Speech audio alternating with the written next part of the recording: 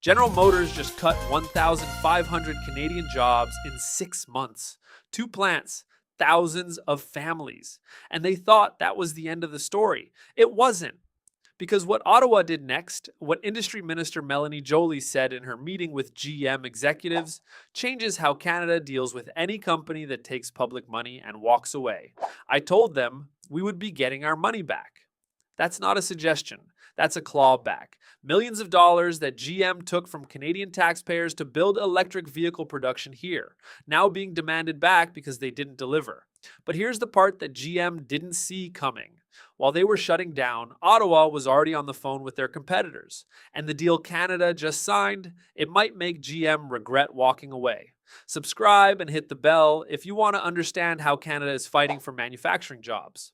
Let me show you what happened. October 21st, 2025, GM announces it's ending production of its Bright Drop electric delivery vans at the CAMI plant in Ingersoll, Ontario. Over 1,000 workers gone.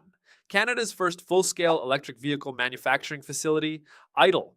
Then, January 2026, GM cuts another 500 jobs at its Oshawa plant, a truck assembly facility that had already seen production shrink. Second major blow in less than 6 months. Now think about what these families are facing. Stephen Hyde, a worker with decades at the Oshawa plant, told reporters, "The unknown is really bad because there's not a lot of jobs in Ontario, in a frozen job market, in the middle of winter, with bills due and mortgages to pay." And here's the part that makes this personal. In 2022, the federal and Ontario governments each committed up to $259 million to support GM's investment in Oshawa and Ingersoll. That's over $500 million of public money, Canadian taxpayer money, your money. The promise: a $2 billion plan to boost electric vehicle production, 50,000 Bright Drop vans per year by 2025, jobs, growth, a future in EV manufacturing.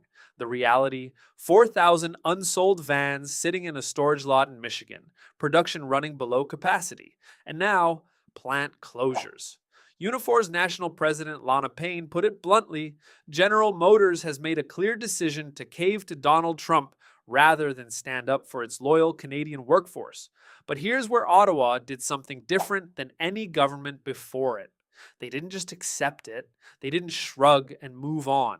What Melanie Joly said next, that's the part that tells you Canada is done being taken advantage of. October 22nd, 2025, Premier Doug Ford stands at Queen's Park. His exact words: "If they breach their contract, we're going to sue them." Simple as that. Not negotiate. Sue. The federal government forms what they call a response group. Industry Minister Joly, Ontario's Economic Development Minister, Unifor leadership, all in the same room. One goal: keep the jobs in Ontario. And if not, make GM pay. Now here's the timeline that matters. GM missed the federal government's 2-week deadline to present new plans for the Ingersoll facility. Just blew past it. Said they needed more time. Meanwhile, Unifor Local 88, the union representing those workers, threatened to commandeer the factory if GM tried to remove tooling or equipment. Think about that. Workers ready to physically prevent a company from stripping a plant. Then, January 20 to 26. Joly meets with GM executives. She later describes the conversation on CBC. "I had a meeting yesterday with people from GM, and I told them that we would be getting our money back. Rapid fire. The clawback is in the millions. It covers both the Oshawa and Ingersoll facilities. And it sends a message to every company watching. Take public money, break your promises, and Canada will come collecting." But here's where Carney's government did something strategic. While GM was pulling back, Ottawa was already signing new partnerships. South Korea, a deal to explore bringing Korean auto manufacturing to Canada. Hyundai, Volkswagen, Chinese automakers. 49,000 electric vehicles per year at lower tariff rates. Toyota just launched a new RAV4 production line in Ontario. If GM doesn't want to continue to invest more in Canada, we will invest more in other players, Joly said. "We'll fight for these workers and we'll find them jobs." That's not just tough talk, it's a pivot. a deliberate strategy to replace departing American investment with Asian and European alternatives. And here's the detail that connects the auto industry to something bigger. Canada is negotiating a multi-billion-dollar submarine contract. Germany's ThyssenKrupp and South Korea's Hanwha Ocean are the leading contenders.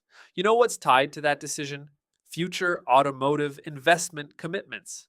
That's leverage, different industries, connected deals.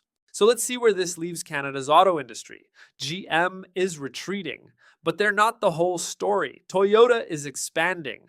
Honda, despite pausing EV plans, hasn't reduced its workforce.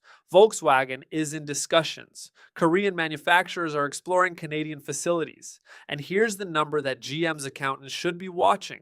The 25% tariffs Canada maintains on American vehicles and auto parts, those aren't going away. Every dollar raised goes directly to Canadian auto workers. That's not a one-time thing. That's ongoing revenue redistribution. Now here's why GM's pullback might be permanent, and why that actually helps Canada's negotiating position with other manufacturers.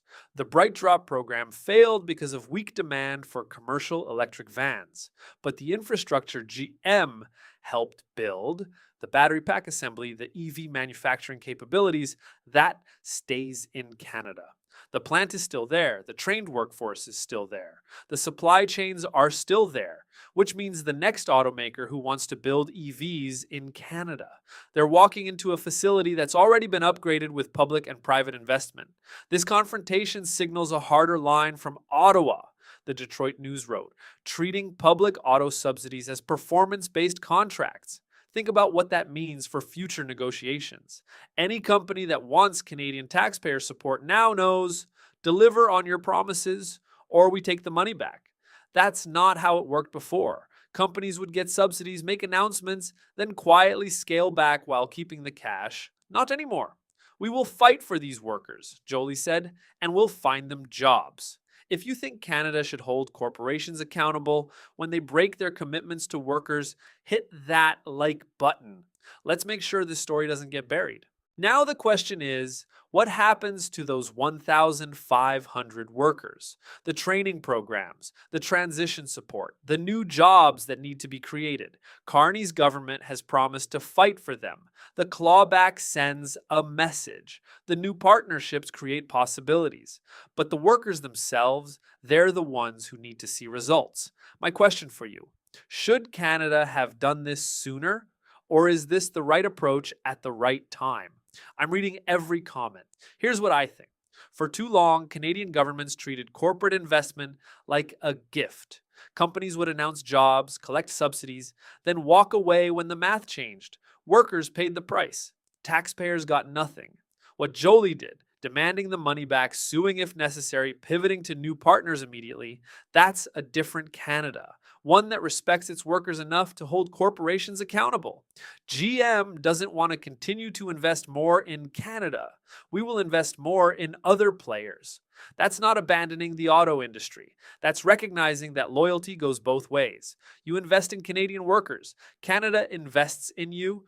You walk away, doors open for your competitors, 1,500 jobs lost, millions clawed back, new partnerships signed, a message sent to every corporation watching. Canada is not a doormat.